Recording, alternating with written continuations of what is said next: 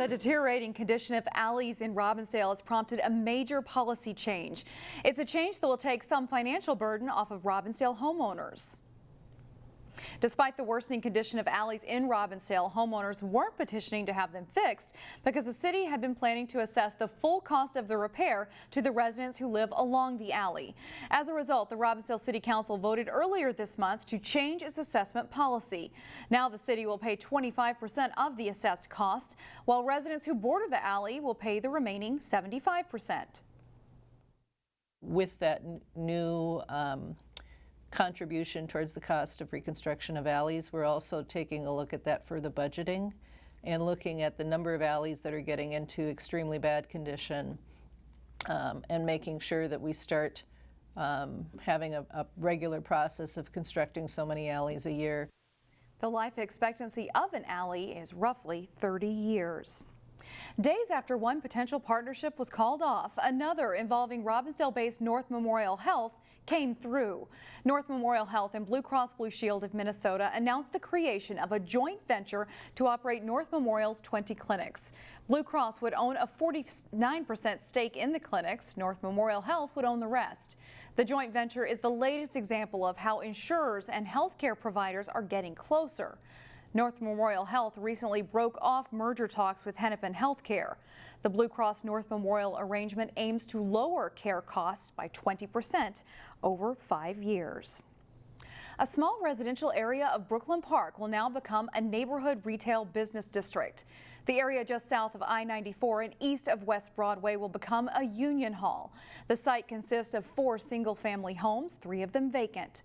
The Minnesota chapter of the International Brotherhood of Electrical Workers will move into the site. Previously, a charter school had wanted to move there, but was turned down over traffic concerns.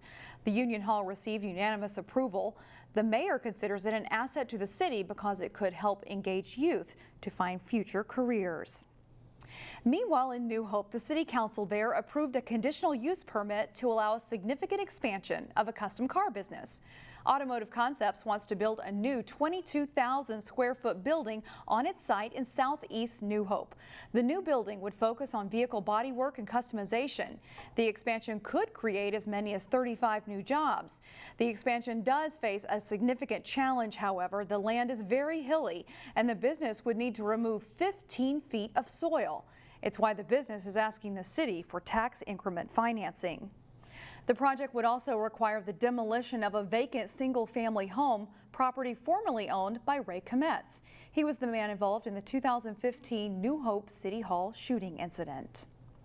This week is Minnesota State Week, and 37 colleges and universities across the state are recognizing the week by encouraging students to apply and waiving enrollment fees. Reporter Meredith Hackler shows us how Hennepin Tech is hopeful more students will be inclined to study a trades field. It might be summertime, but students in the medium and heavy truck technician program are still learning.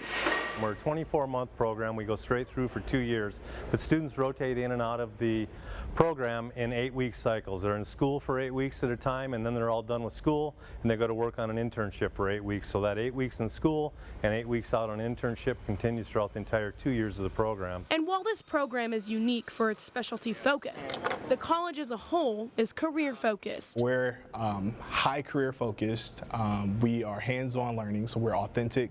Everything looks and feels and smells like the places you want to work in. So to really give you that real career experience focus while learning, that's super important. There's internship opportunities and all that good stuff here. Many of the career fields Hennepin Tech offers education in have a worker shortage. There's such an extreme shortage in the industry right now that there's a ton of job opportunities if you're willing to do this for a living. You have to know that you want to do this for a living because, again, it's going to be a career. You have to want to go to work. That's why Hennepin Tech is taking part in Minnesota State College Week. Minnesota State College Week is basically an opportunity to break down barriers for students to really get an opportunity to see what college is all about. Breaking down barriers to showcase lucrative job opportunities. There's a lot of jobs out there, not just in the technician field, but throughout all of the blue-collar type of industries, to use that term, where there's just not enough people going into it, and career opportunities and the wages have skyrocketed as a result of it. There's good careers out there. In Brooklyn Park, Meredith Hackler, CCX News. If you are interested in learning about educational opportunities at Hennepin Tech, there are open houses on Wednesday and Thursday from 4:30 to 6:30 p.m. The 11th annual Cops and Kids Fishing Tournament took place Tuesday in Brooklyn Park. The summer tradition gives police a chance to have an impact on youngsters in the city. We're really looking at kids that are in situations where it makes them high risk, live in areas of our community that are maybe the most impoverished or have the most mistrust for our police officers. And we target those areas because we think they need it the most, and we want to build relationships with those kids.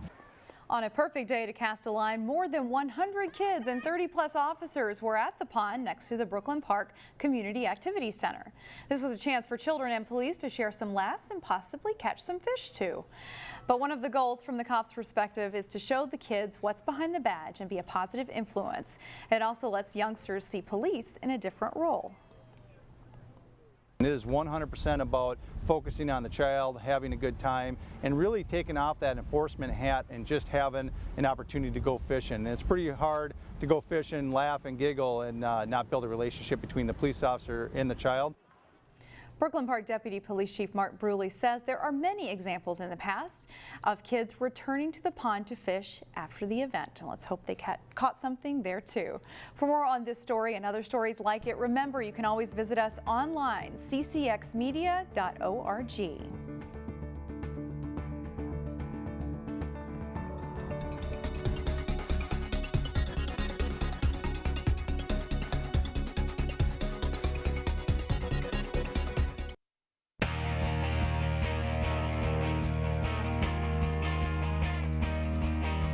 Over 300 teams and some 8,300 students compete in high school trap shooting in Minnesota. As Jay Wilcox reports, shooters from the northwest suburbs recently took aim at titles. It's a great way to wrap up the season for local shooters fortunate enough to qualify for the state clay target tournament. It's a smaller event than the league championships that preceded in Alexandria. Well, Alexandria is a ton of fun. You know, they got a lot of vendors up there. But this is the MSHSL sponsored event, and you know, you got teams from all the classes. Instead of shooting 8 or 9 different days, it's all everyone one day, and you're competing against the best in the state instead of just the best in your school size category. Wayzata, Champlain Park, and Hopkins are the local teams that qualified. Hopkins and Wayzata cracked the top 5 in team competition. It's been a good season for all of the qualifiers from the area. The team shot really well. I think we did great. I mean, we made it here, so that was fun. This is my first season on the team, but I've improved a lot this season, so I'm feeling really good, and I've seen a lot of the other kids on the team improve as well, so it's been a great season. It's awesome. We won ski yesterday. Really excited about that. I won individually, and our team won. It's really nice this year. We've had a ton of people that have been pretty dedicated, at least the most of any year. They've been willing to come out and practice with me, and that's really made a difference. You can see it with their scores. The shooters we talked to say watching others can be helpful, but keeping focused on the task at hand is the biggest key to success. Kind of watch each other. If we see something really wrong, then we'll tell each other about it, but other than that, we don't really coach each other. We let our coaches do that. We're pretty confident in them that they'll do their job. Yeah, we don't watch the other teams a whole lot, but seeing them shoot good really makes me want to shoot better, so it's a little bit of pressure, I guess, but it helps. It's a sport that's very popular in schools across Minnesota and even in the northwest suburbs. Jay Wilcox, CCX Sports. In addition to the top 5 team showings by Hopkins and Wayzata, Max Bunning of Wayzata tied for 21st place, hitting 97 of 100 targets. Joey Jones of Heritage Christian Academy tied for 29th. It's a big weekend for some high school baseball players from around Minnesota. Several just graduated seniors from our area were selected for the Play Ball Minnesota All-Star Series. Among the players on the roster of the Metro West team are Wayzata teammates Keegan Nickel and Blake Ask. Ask finished the season with an ERA of 1.17 and 48 strikeouts. Nickel hit .304 for the Trojans with 7 extra base hits and 19 runs scored. Both guys were all Lake Conference players. Park Center's Tanner Stein is on the roster for the Metro North team. Stein hit .355 for the Pirates and led PC in both hits and runs scored. Team practiced on Thursday with games Friday and Saturday at the Chaska Athletic Park. In addition to Ask and Nickel of Wayzata, the Metro West roster also includes Hopkins outfielder pitcher Wyatt Nelson and catchers Taylor Broderson from Heritage Christian Academy and Bryce Lovechick from West Lutheran Maranatha. Also, Heritage head coach John Ledebor is one of the coaches for Metro West. The Metro North roster includes 2 local players, Ben Palmer from Tutino Grace and Tanner Stein from Park Center. We'll hear from some of these players Thursday afternoon on CCX News. Shannon, back to you. All right, thanks, John. Robbinsdale runners have had a good reason to log the miles this June. A group of runners once again formed the Birdtown 100. Runners connected through Facebook and committed to running 100 miles this month. They've logged miles on the Appalachian Trail, on the beach, and even in Europe. Another group of runners logged miles in races. Runners were encouraged to post about their miles, and there was even a thread where runners posted about what wildlife they encountered while they were out running. You can discover more on their Facebook site, which we've posted on our website, ccxmedia.org. Congratulations, runners.